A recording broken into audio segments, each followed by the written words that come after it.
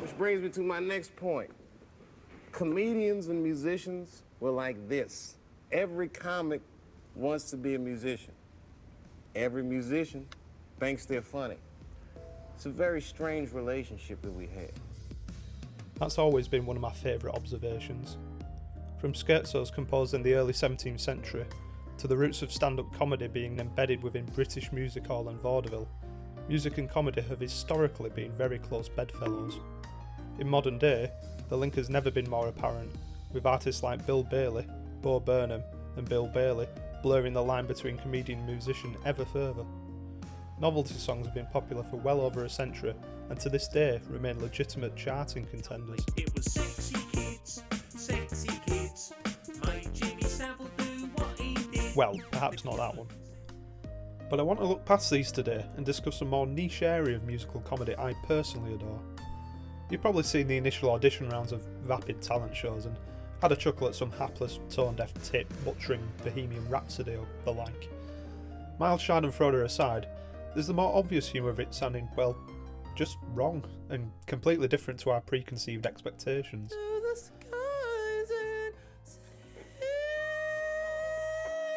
I'm going to look at three performers who purposefully utilise this style of musical comedy from three very different perspectives.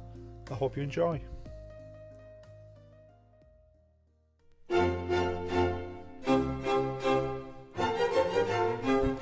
Mozart. Perhaps the most revered composer in history, a well-documented facet of Mozart's character was his impish sense of humour, with a particular fondness for anything scatological. When he wasn't writing about shitting to his cousin or his dad, Mozart took time to compose one of the first pieces which used a purposefully poor performance for comedic effect. Ein Musikalischer Spaß, commonly known as a musical joke, was believed to have been a satirical piece intended to poke fun at more amateurish composers. Now, I realise the irony of trying to critique a piss take which is still far more pleasing to the ear than anything I could write, so I'll keep this brief. The most flagrant example is in the finale of the fourth movement. After 20 minutes of dreadful compositional faux pas, steadily decreased in subtlety, the piece finishes with what I describe as a musical brick to the face.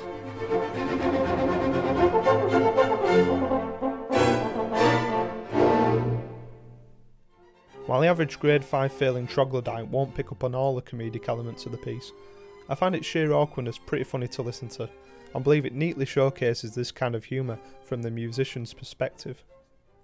She was ill last year. I said to the wife, I said, don't worry about your mother. If she's at death's door, I'll pull her through. From the opposing perspective, we have one of my absolute comic heroes. Les Dawson, known for his deadpan manner, poetic monologues delivered in gruff Lancastrian, and the reason I'm bringing him up today, his famed off-key piano playing. To give an example,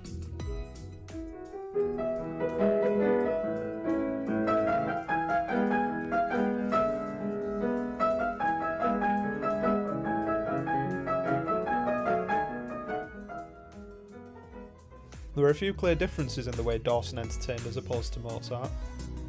Rather than original compositions, Dawson chose classic sing-alongs familiar to his audience, laying the foundations for the punchline. Their expectations were further solidified by Dawson typically playing the first few notes accurately, only then to be shattered by Les completely flubbing the rest of the song, albeit while keeping the tune recognisable. Dawson's wonderfully expressive face would show either curmudgeonly displeasure or blissful ignorance of his errors, the added sight gag providing a brilliant cherry on top to the routine. Rarely imitated, never duplicated, and in my mind it remains one of the greatest comedy bits in history.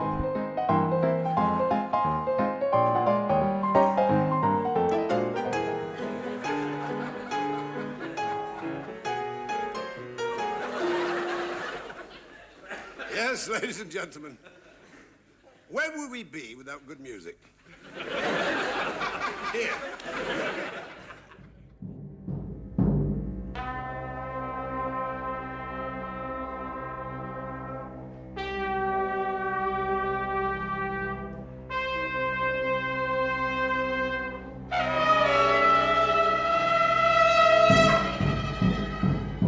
Yeah, sorry if you saw that one coming from a mile away. Formed in 1970 in the Portsmouth College of Art, the Portsmouth Sinfonia was an orchestra which encouraged anyone to join, regardless of musical experience.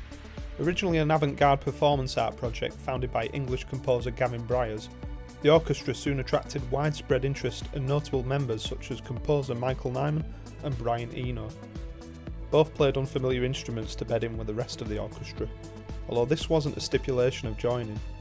The one stipulation that was in place was that everybody involved had to take practice seriously and not intentionally play poorly.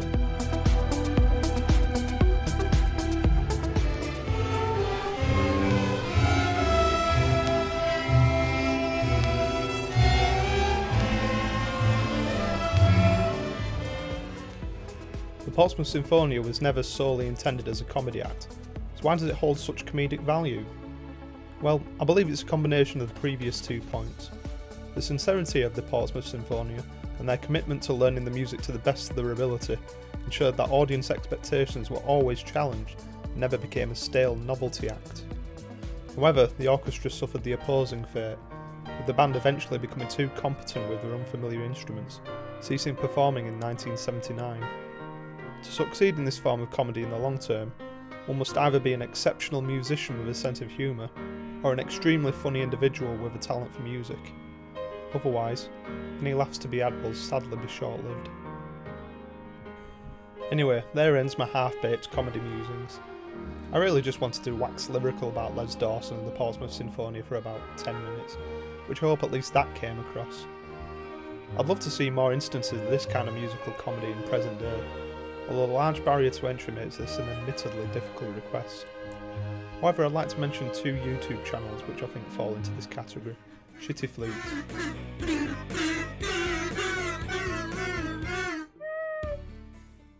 and buffcorrell.